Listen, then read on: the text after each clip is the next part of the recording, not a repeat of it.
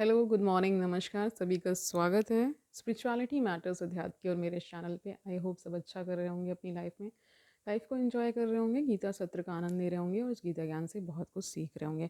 तो आज हम चैप्टर 9 अध्याय 9 शुरू करने वाले हैं, जिसका शीर्षक है परम गुह ज्ञान। गुह का अर्थ होता है गूढ़, डीप, ठीक है, रहस्यमयी, ठीक है।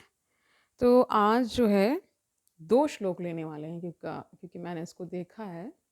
बहुत बड़ा एक्सप्लेनेशन इसमें, तात्पर्य में बहुत विस्तृत इसका कह सकते हैं समझाया गया है। बहुत एक तरह से विस्तार दे करके समझाया गया है, एक एक चीज़ को अच्छे से समझाया गया है। तो आज जानते हैं परम गुह ज्ञान। देखिए पहला श्लोक, श्री भगवान उवाच, यानी भगवान कह रहे हैं, इदम तु ते गुहितम तमम प्रवक्ष्यामि अनसूयवे ज्ञानम विज्ञान सहितम यत ज्ञात्वा मोक्षसे अश्रुभात। अश्रुभात का अर्थ है इस कष्टमय संसार में ना। इसका अर्थ देखिए, श्री भगवान ने कहा, हे अर्जुन, चूंकि तुम मुझसे कभी ईर्ष्या नहीं करते, इसलिए मैं तुम्हें यह परम गुह्य ज्ञान तथा अनुभूति बतलाऊंगा, जिसे जानकर तुम संसार के सारे क्लेशों से मुक्त हो जाओगे। इसका तात्पर्य देखिए, जो जो भक्त भगवान के विषयों में अधिकाधिक सुनता है, त्यों त्यों वह आत्म प्रकाशित होता जाता है। यह श्रवण विधि श्रीमद् भागवत में इस प्रकार अनुमोदित है। क्या है देखिए, भगवान के संदेश शक्तियों से पूरित होते हैं, जिनकी अनुभूति तभी होती है जब भक्त जन भगवान संबंधी कथाओं की परस्पर चर्चा करते हैं। इसे मनोधर्मियों या विद्यालयीन, ठीक है, विद्वानों के सानिध्य से नहीं प्राप्त किया जा सकता, क्योंकि यह अनुभूत ज्ञान ब्रैकेट में विज्ञान है। भक्तगण परमेश्वर की सेवा में निरंतर लगे रहते हैं। भगवान उस जीव विशेष की मानसिकता तथा निष्ठा से अवगत रहते हैं जो कृष्ण भावना भावित होता है, और उससे ही वे भक्तों की सानिध्य में कृष्ण विद्या को समझने की बुद्धि प्रदान करते हैं। यानी भगवान ही बुद्धि देंगे तभी ये ज्ञान समझ में आने वाला है, ये भी समझिए। कृष्ण की चर्चा अत्यंत क्या है, शक्तिशाली है, और यदि सौभाग्यवश किसी को ऐसी संगति प्राप्त हो जाए और वह इस ज्ञान को आत्मसात करे, तो वह आत्म साक्षात्कार की दिशा में अवश्य प्रगति करेगा। कृष्ण अर्जुन को अपनी अलौकिक सेवा में, देखिए 2 प्रकार की है ना, 2 शब्द होते हैं, अलौकिक और पारलौकिक। अलौकिक समझ ही रहे ना, सेवा में उच्च से उच्चतर स्तर तक उत्साहित करने के उद्देश्य से इस 9वें अध्याय में उसे परम गुह्य ज्ञान, मतलब ऐसी बातें बताएंगे कि उनके जो ज्ञान चक्षु हैं अर्जुन के, वो खुलेंगे, उनको समझ में आएगा कि क्या ज़रूरी है, ठीक है, वही बता रहे हैं। इस 9वें अध्याय में उसे परम गुह्य बातें बताते हैं, जिन्हें इसके पूर्व उन्होंने अन्य किसी से प्रकट नहीं किया था। भगवद गीता का प्रथम अध्याय शेष ग्रंथ की भूमिका जैसा है। द्वितीय तथा तृतीय अध्याय में जिस आध्यात्मिक ज्ञान का वर्णन हुआ है वह गुह कहा गया है। 7वें तथा 8वें अध्याय में जिन विषयों की विवेचना हुई है वे भक्ति से संबंधित हैं और कृष्ण भावनामृत पर प्रकाश डालने के कारण गुहतर कहे गए। यानी एक गुह है और उससे भी बढ़कर तो क्या हो गया, गुहतर। किंतु 9वें अध्याय में तो अनन्य शुद्ध भक्ति का ही वर्णन हुआ है। फलस्वरूप यह परम गुह्य कहा गया है, जिससे कृष्ण का यह परम गुह्य ज्ञान प्राप्त है वह दिव्य पुरुष है, उसको दिव्य पुरुष कहा गया है। अतः इस संसार में रहते हुए भी उसे भौतिक क्लेश नहीं सताते। भक्ति रसामृत सिंधु में कहा गया है कि जिसमें भगवान की प्रेमा भक्ति करने की उत्कृष्ट इच्छा होती है, वह भले ही इस जगत में बद्ध अवस्था में रहता हो, किंतु उसे मुक्त मानना चाहिए। अभी देखा होगा, अभी आज आई थिंक 2-3 दिन पहले मैंने एकांतिक में देखा कि वहाँ पे वृंदावन में प्रेमानंद महाराज जो ज्ञान देते हैं, उसमें अनुष्का शर्मा और विराट कोहली आए थे। तो अनुष्का शर्मा जी ने क्या मांगा कि प्रेमा भक्ति दे दीजिए मुझे, ठीक है। तो वो यहाँ पे वही बात समझ में आ रही है कि जो जो भक्त हैं वो इस तरह का आग्रह करते हैं, ठीक है। तो आगे देखिए, तो क्या कहा, जिसमें भगवान की प्रेमा भक्ति करने की उत्कृष्ट इच्छा होती है वह भले ही जगत में बद्ध अवस्था में रहता हो किंतु उसे मुक्त मानना चाहिए। इसी प्रकार भगवत गीता के 10वें अध्याय में हम देखेंगे कि जो भी इस प्रकार लगा रहता है वह मुक्त पुरुष है। इस प्रथम श्लोक का विशिष्ट महत्व है इदम ज्ञानम, यानी यह ज्ञान। शब्द शुद्ध भक्ति के द्योतक हैं जो 9 प्रकार की होती है। अब देख लीजिए 9 प्रकार याद कर लीजिए, बार बार इसका ध्यान कर लेंगे तो आ जाएगा, ठीक है। 9 प्रकार की क्या क्या है? श्रवण है पहला, नेक्स्ट है कीर्तन, स्मरण, पाद सेवन, अर्चन, वंदन, दास्य, सख्य तथा आत्मसमर्पण। लास्ट इसमें देखिए आत्मसमर्पण है, और शुरुआत कहाँ से हो रही है? श्रवण से हो रही है। श्रवण के बाद कीर्तन, स्मरण, पाद सेवन यानी कि पैरों की सेवा होगी, ठीक है, अर्चन, अर्चना, वंदन, ठीक है, दास्य, सख्य तथा आत्मसमर्पण। ये 9 प्रकार की बताई गई है, ठीक है। भक्त के इन 9 तत्वों का अभ्यास करने से मनुष्य आध्यात्मिक चेतना अथवा कृष्ण भावनामृत तक उठ पाता है।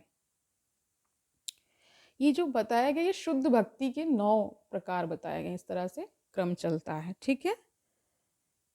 समझ पा रहे हैं? आगे देखिए, इस प्रकार जब मनुष्य का हृदय भौतिक कलमश से शुद्ध हो जाता है तो वह कृष्ण विद्या को समझ सकता है। केवल यह जान लेना कि जीव भौतिक नहीं है पर्याप्त नहीं होता, यह तो आत्म अनुभूति या आत्मा अनुभूति का शुभारंभ हो सकता है, किंतु उस मनुष्य को शरीर के कार्यों तथा उस भक्त के आध्यात्मिक कार्यों के अंतर में को समझना होगा, जो यह जानता है कि वह शरीर नहीं है। 7वें अध्याय में भगवान की ऐश्वर्यमयी शक्ति, उनकी विभिन्न शक्तियां परा तथा अपरा बताया होगा मैंने, याद है आपको, ठीक है। 2 प्रकार की शक्तियां हैं, परा और अपरा, तथा इस भौतिक जगत का वर्णन किया जा चुका है। अब 9वें अध्याय में भगवान की महिमा का वर्णन किया जाएगा। इस श्लोक का अनसूय वे शब्द की भी अत्यंत महत्वपूर्ण है। सामान्यतः बड़े से बड़े विद्वान भाष्यकार भी भगवान कृष्ण से ईर्ष्या करते हैं, ठीक है।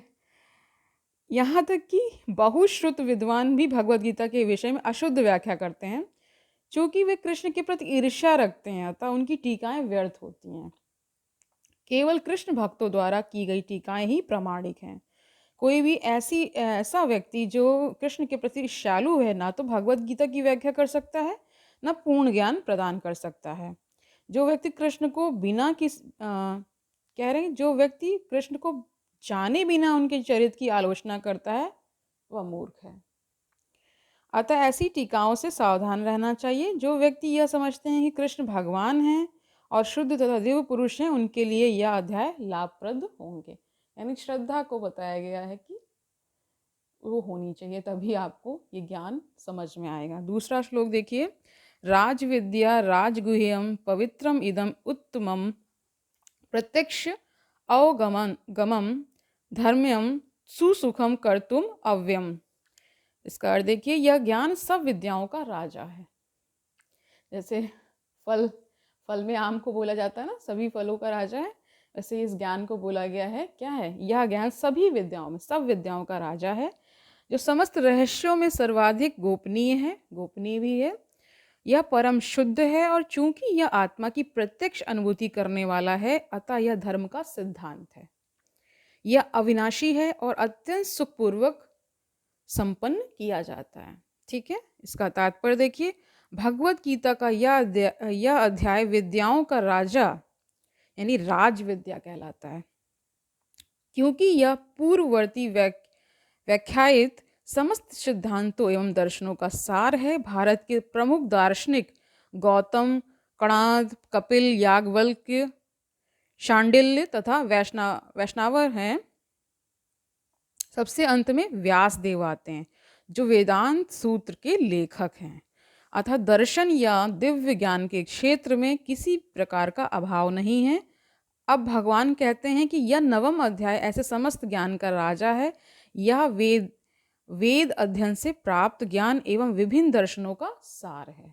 ठीक है, गीता को, श्रीमद् भगवद गीता को सार बताया गया है, वेदों का, वेदांत का। ठीक है, यह गुह्यतम है क्योंकि गुह्य या दिव्य ज्ञान में आत्मा तथा शरीर के अंतर को जाना जाता है। समस्त गुह्य ज्ञान के इस राजा यानी राज विद्या की पराकाष्ठा है भक्ति योग।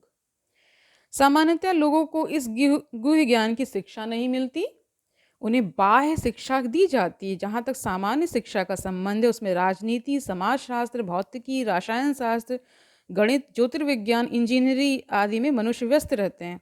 विश्व भर में ज्ञान के अनेक विभाग हैं और अनेक बड़े बड़े विश्वविद्यालय हैं, किंतु दुर्भाग्यवश कोई ऐसा विश्वविद्यालय या शैक्षिक संस्थान नहीं है जहाँ आत्म विद्या की शिक्षा दी जाती हो सकता है फ्यूचर में ऐसा कुछ हो, क्योंकि जब कहते हैं ना कि जब इसकी इतनी अशांति बढ़ जाएगी संसार में तो इंसान शांति की ओर भागेगा।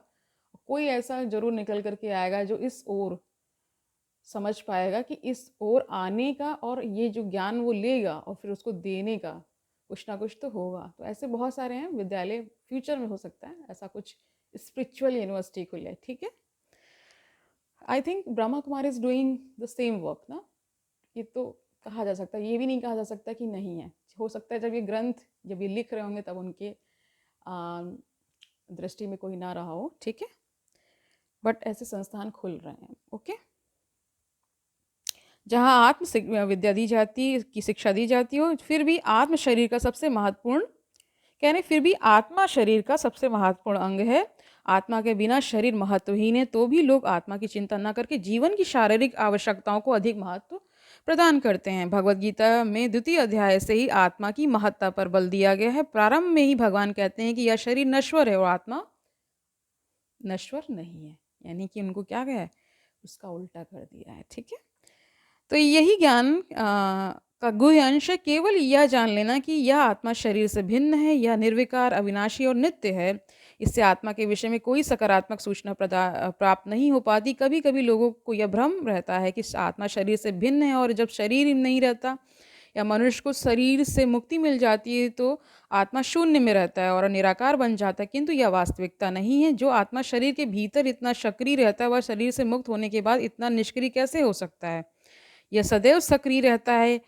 ठीक है, यदि यह शाश्वत है तो यह शाश्वत सक्रिय रहता है और वैकुंठ लोक में इसके कार्यकलाप आध्यात्म ज्ञान के गुह्यतम अंश हैं। अतः आत्मा के कार्यों को यहाँ पर समस्त ज्ञान का राजा, समस्त ज्ञान का गुह्यतम अंश कहा गया है। यह ज्ञान समस्त कार्यों का शुद्धतम रूप है, जैसा कि वैदिक साहित्य में बताया गया है। पद्म पुराण में मनुष्य के पाप कर्मों का विश्लेषण किया गया और दिखाया गया है कि ये पापों के फल हैं। जो लोग सकाम कर्मों में लगे हुए हैं वे पापपूर्ण कर्मों के विभिन्न रूपों एवं अवस्थाओं में फंसे रहते हैं। उदाहरण के लिए जब बीज बोया जाता है तो तुरंत वृक्ष नहीं तैयार हो जाता, इसमें कुछ समय लगता है। पहले एक छोटा सा अंकुर रहता है, फिर यह वृक्ष का रूप धारण करता है, तब इसमें फूल आते हैं, फल लगते हैं और तब बीज बोने वाले व्यक्ति फूल तथा फल का उपभोग कर सकते हैं। इसी प्रकार जब कोई मनुष्य पाप कर्म करता है तो बीज की ही भांति इसके भी फल मिलने में समय लगता है। इसमें भी कई अवस्थाएं होती हैं। भले ही व्यक्ति में पाप कर्मों का उदय होना बंद हो चुका हो, किंतु किए गए पाप कर्म का फल तब भी मिलता रहता है। कुछ पाप तब भी बीज रूप में बचे रहते हैं, कुछ फलीभूत हो चुके होते हैं जिन्हें हम दुख तथा वेदना के रूप में अनुभव करते हैं। तो उन्होंने बीज और वृक्ष का उदाहरण लिया है, इसीलिए कहते हैं ना पाप करते तुरंत तो दंड नहीं मिल जाता, उसका फिर कुछ समय बाद ही मिलता है। ठीक है, जैसा कि 7वें अध्याय के 28वें श्लोक में बताया गया है कि जो व्यक्ति समस्त पाप कर्मों के फलों यानी बंधनों का अंत करके भौतिक जगत के द्वंद्वों से मुक्त हो जाता है वह भगवान कृष्ण की भक्ति में लग जाता है। दूसरे शब्दों में जो लोग भगवत भक्ति में लगे हुए हैं वे समस्त कर्म फलों यानी बंधनों से पहले से मुक्त हुए रहते हैं। इस कथन की पुष्टि पद्म पुराण में हुई है। देखिए क्या कहा गया, जो लोग भगवत भक्ति में रत हैं उनके सारे पाप कर्म चाहे फलीभूत हो चुके हों, सामान्य हो या बीज रूप में हो क्रमशः नष्ट हो जाते हैं। अतः भक्ति की शुद्ध कारणीय शक्ति अत्यंत प्रबल है और पवित्रम उत्तमम, ठीक है, अर्थात विशुद्धतम कहलाती। उत्तम का तात्पर्य है दिव्य, यहाँ बताया गया है। तमस का अर्थ है यह भौतिक जगत का अंधकार, और उत्तम का अर्थ है भौतिक कार्यों से परे हुआ। भक्ति में कार्यों को कभी भी भौतिक नहीं मानना चाहिए। यद्यपि कभी कभी ऐसा प्रतीत होता है कि भक्त भी सामान्य जनों की भांति रत रहते हैं। जो व्यक्ति भक्ति से अवगत होता है वही जान सकता है कि भक्तिमय कार्य भौतिक नहीं होते, वे आध्यात्मिक होते हैं और प्रकृति के गुणों से सर्वथा अदूषित होते हैं।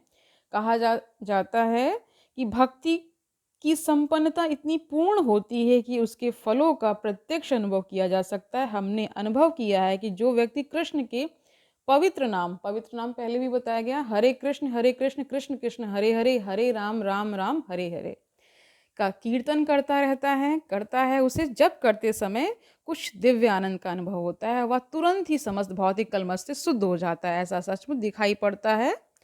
यही नहीं, यदि कोई श्रवण करने में ही नहीं अपितु भक्ति कार्यों के संदेश को प्रचारित करने में भी लगा रहता है या कृष्ण भावनामृत के प्रचार कार्यों में सहायता करता है, तो उसे क्रमशः आध्यात्मिक उन्नति का अनुभव होता रहता है। आध्यात्मिक जीवन की यह प्रगति किसी पूर्व शिक्षा या योग्यता पर निर्भर नहीं करती। यह विधि स्वयं इतनी शुद्ध है कि इसमें लगे रहने से मनुष्य शुद्ध बन जाता है। ठीक है, वेदांत सूत्र में इसका वर्णन है, क्या है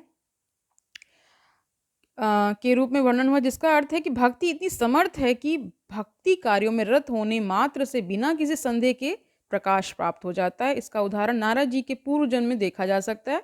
जो पहले दासी के पुत्र थे, वे ना तो शिक्षित थे, ना ही राजकुल में उत्पन्न हुए थे, किंतु जब उनकी माता भक्तों की सेवा करती रहती थी, नारद भी सेवा करते रहते थे और कभी कभी माता की अनुपस्थिति में भक्तों की सेवा स्वयं करते थे। नारद स्वयं कहते हैं, ठीक है, श्रीमद् भागवत के इस श्लोक में नारद जी अपने शिष्य व्यासदेव से अपने पूर्व जन्म का वर्णन करते हैं। वे कहते हैं पूर्व जन्म में बाल्यकाल में वे चातुर्मास के में शुद्ध भक्तों यानी भागवतों की सेवा किया करते थे, जिससे उन्हें उनकी संगति प्राप्त हुई। कभी कभी वे ऋषि अपनी थालियों में उच्छिष्ट भोजन छोड़ देते थे और यह बालक थालियां धोते समय उच्छिष्ट भोजन को चखना चाहता था। अतः उसने उन ऋषियों से अनुमति मांगी और जब उन्होंने अनुमति दे दी, बालक नारद उस उच्छिष्ट भोजन को खाता था। फलस्वरूप वह अपने समस्त पाप कर्मों से मुक्त हो गया। ज्यों ज्यों वह उच्छिष्ट खाता रहा, त्यों त्यों ऋषियों के समान शुद्ध हृदय बनता गया।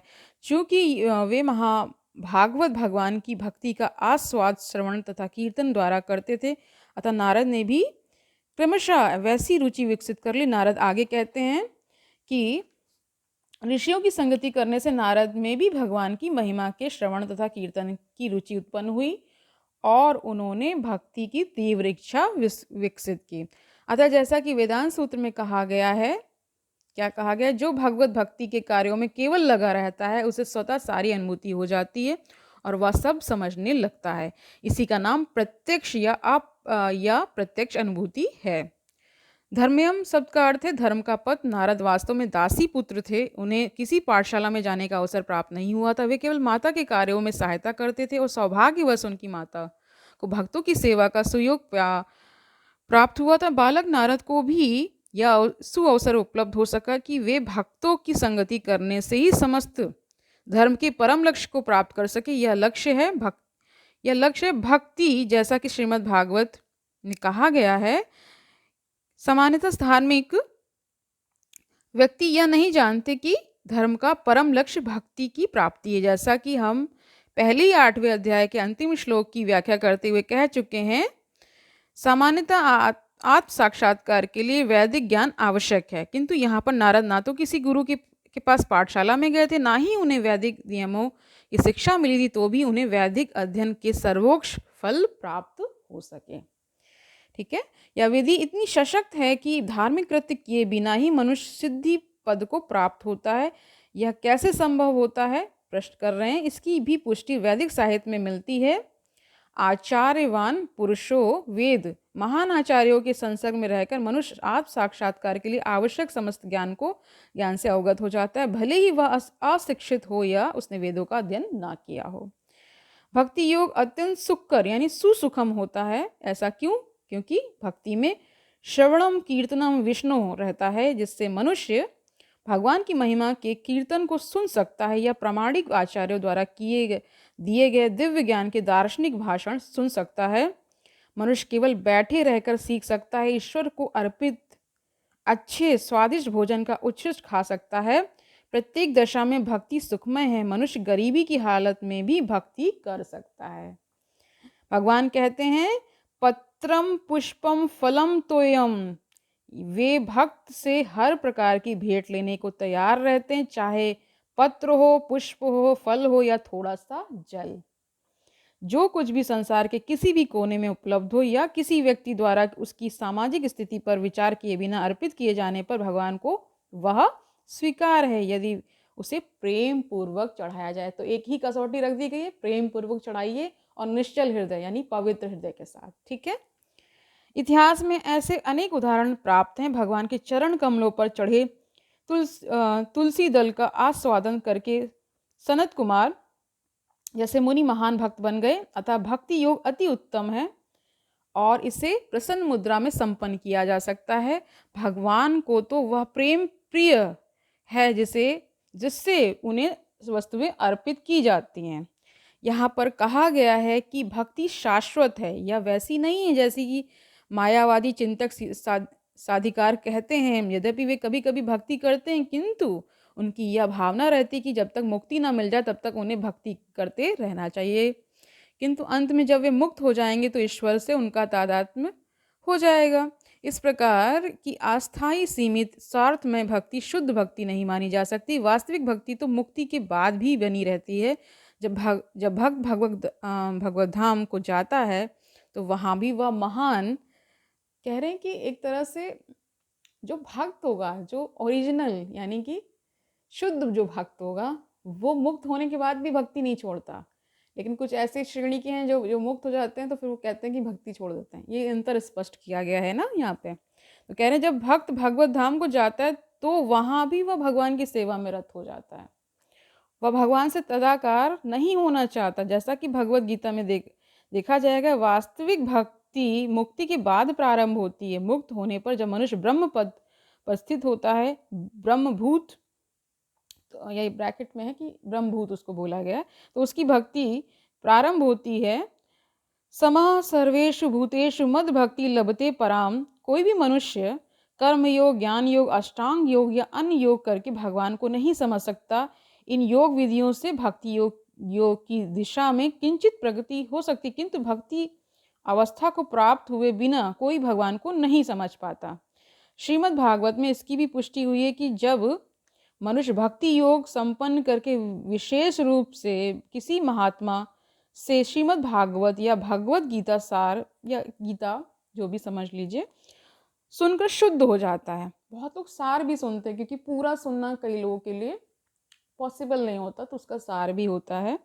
ठीक है। तो वह कृष्ण विद्या या तत्व ज्ञान को समझ सकता है। एवं प्रसन्न मनसो भगवत भक्ति योगता, जब मनुष्य का हृदय समस्त व्यर्थ की बातों से रहित हो जाता है तो वह समझ सकता है कि ईश्वर क्या है। इस प्रकार भक्ति योग या कृष्ण भावना अमृत समस्त विद्याओं का राजा और समस्त गुह ज्ञान का राजा है। यह धर्म का शुद्धतम रूप है और इसे बिना कठिनाई के सुखपूर्वक संपन्न किया जा सकता है। अतः मनुष्य को चाहिए कि इसे ग्रहण करे। तो आज का सेशन थोड़ा सा लंबा है क्योंकि इसका एक्सप्लेनेशन तात्पर्य बहुत लंबा था, सेकंड स्पेशली श्लोक का। तो आपने जान लिया है कि भक्ति कितनी आवश्यक है और शुद्ध भक्त यानी कौन होते हैं, जो मुक्ति होने के बाद भी क्या भगवान की भक्ति नहीं छोड़ते, निरंतर करते रहते हैं। तो कल मिलते हैं, तब तक आनंद से रहिए, सुखपूर्वक अपना जीवन व्यतीत करिए, दूसरों को सुखी करिए और ये भी याद रखिए कि ये गीता ज्ञान कितना आवश्यक है। कल मिलते हैं। हरिओम तत्सत।